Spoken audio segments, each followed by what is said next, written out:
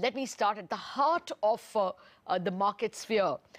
Dr. Buiter, while the Fed may have said that it is reducing the number of rate hikes, the fear is that the Fed's balance sheet reduction is on autopilot, that it will reduce its balance sheet by the pre-decided amount. Is that a right, premise? The Fed's balance sheet has never been an autopilot. The schedules that they produced just reflects the expected or the planned balance sheet contraction.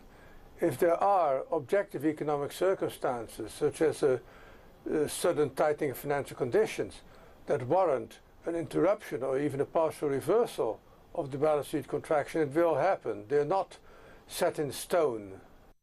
Okay, so what you're saying is this planned contraction of the Fed balance sheet, which is $50 billion every month, could well change.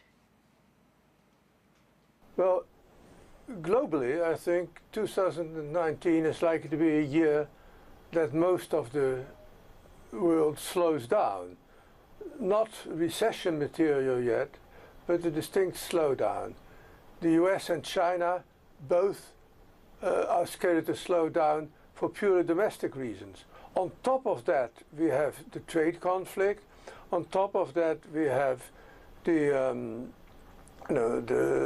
temporary partial shutdown of government in the US. We have uncertainty in Europe, both related to Brexit and to rising populism. So there is more than enough, I think, to make for a steady global slowdown during 2019. Oh, well, given this kind of a slowdown that you are seeing, is there a chance that the Fed may therefore, contract its balance sheet less? It's already indicated it'll hike less, but may it contract its balance sheet less than the current timetable suggests? Well, the US can slow down, but still grow faster than potential output in the US, right? They're growing currently at a rate of just under 3%. Potential output growth is no more than 2% in the US, in our view. So that means that even if they slow down by a full percentage point over 2019, which would be, I think, top of the range estimate, then they would still be growing roughly at potential output. So the Fed can, for domestic dual mandate reasons, can continue to hike slowly and gradually, but continue to hike during 2019, unless they anticipate something much worse happening in 2020, in which case they should hold off already in 2019. But I don't think they are there yet. All right. Well, the Fed last time decreased its rate hike guidance for 2019, reduced it from 3 to 2. But what is your sense then? How many rate hikes are you factoring in? And as well, once again, to come back to the balance sheet issue, how different will be the balance sheet contraction, according to you, vis-a-vis the guidance of 50 billion per month? I think we're going to see a couple more hikes in rates, most likely in the US, probably later in the year, not March, but more like May or June. And I think we will, for the time being, continue to contract the balance sheet in this very gradual and measured way of 60 billion a month. The Fed will not change its course of action there unless there is visible evidence of faster than expected weakening of economic activity in the US, both current and prospective. And the Fed is, I think, somewhat more optimistic about US real economic prospects than the markets, which accounts for the dichotomy in sentiment between what the market feels, which is fear and loathing, right, with the worst year in the stock market since 2008, and what the Fed seems to feel, which is an economy which in terms of the real economic activity, unemployment and inflation objectives is still broadly on target. Okay, so now that'll be a bit of a worry if the Fed thinks the economy is doing better than the market thinks it's doing. Now, let me come to the other worry for financial markets, which is the tariff war.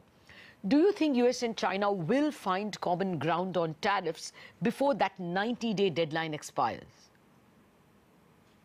We really don't know what's going on. Yes, we had another, what was it, 4-hour or whatever telephone conversation between Xi Jinping and Donald Trump, but the meaning of that in terms of concrete progress in the trade negotiations is, I think, very unclear.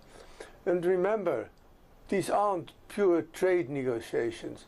These aren't even trade plus tech plus intellectual property right negotiations. This is the new Cold War between a rising hegemon, an hegemon in the ascendant, which is China, and a hegemon in relative decline, which is the US.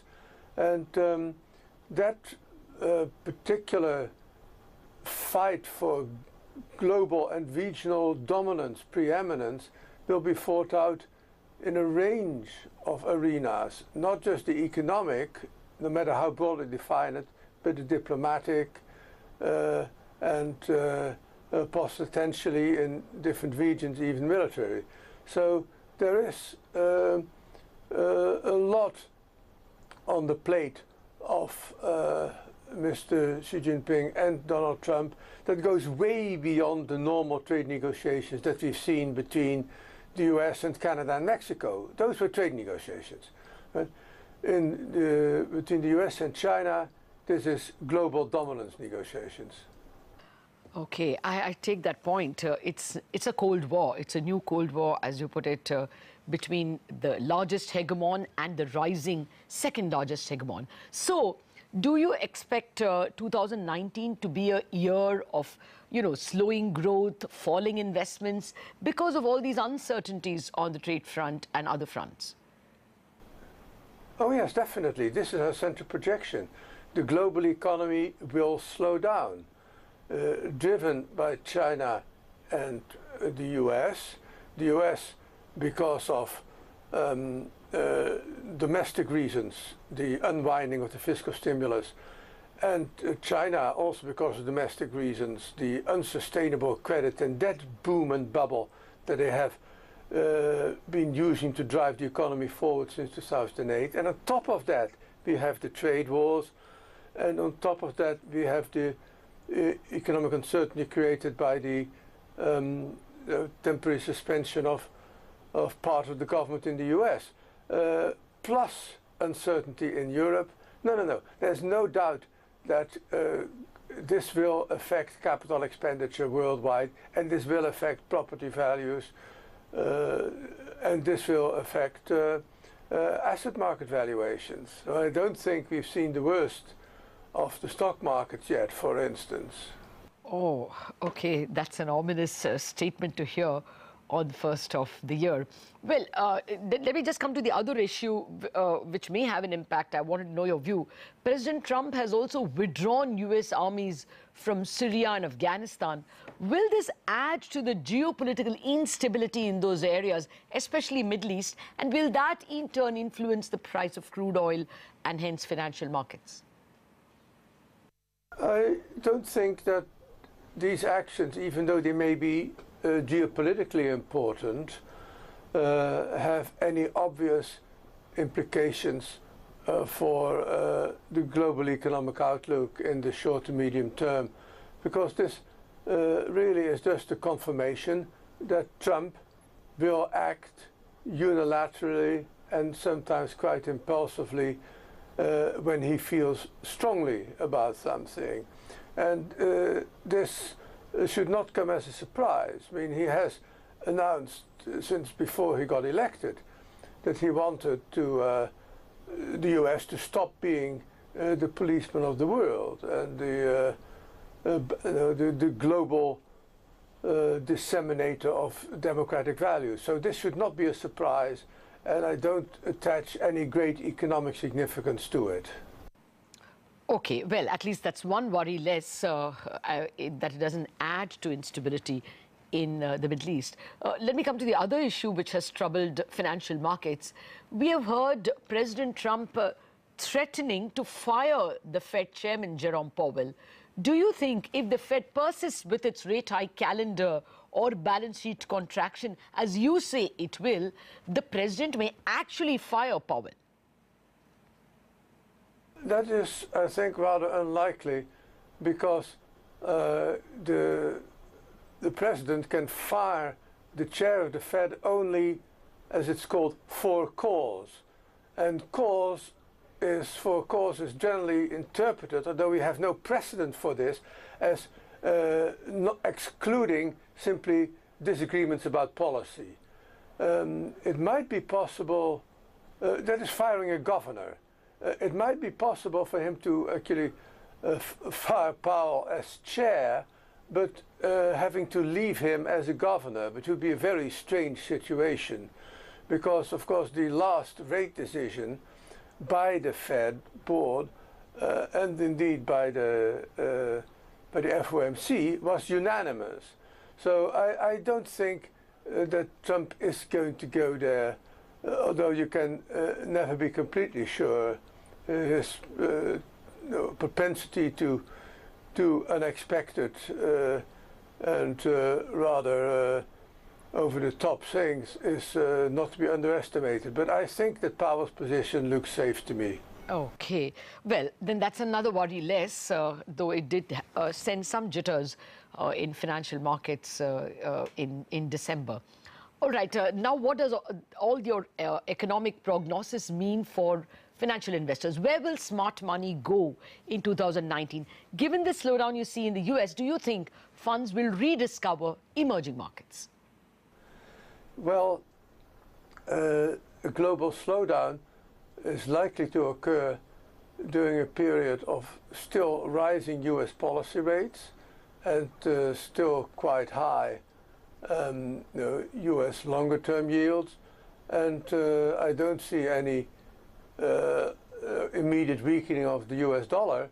So this doesn't sound like an external environment within which emerging markets thrive. Of course, oil prices are weak, and that helps a number of emerging markets, including India. But I think there is enough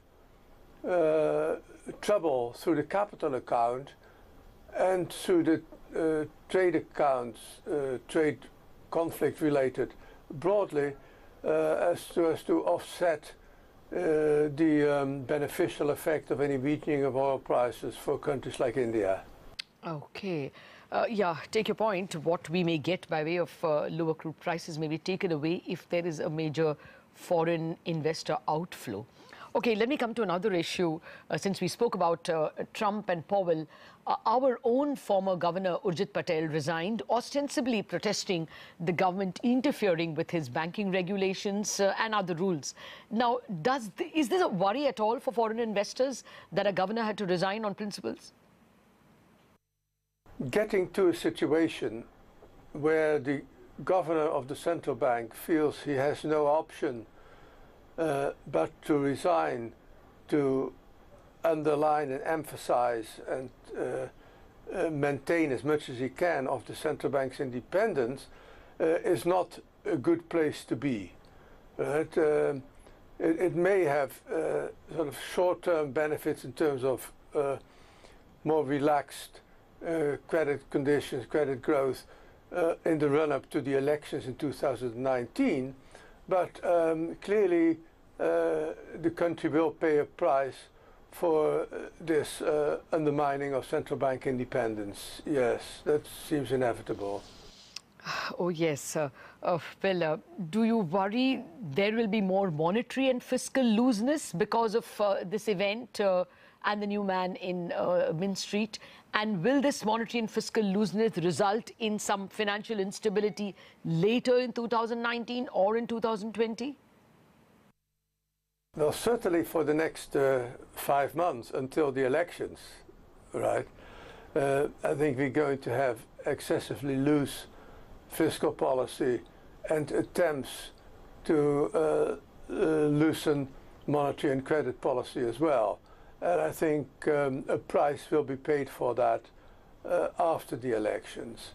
But since the period between now and the elections is a relatively short one, the damage that can be done, assuming that most of these handouts are going to be partially taken back following the elections, the damage need not be too serious.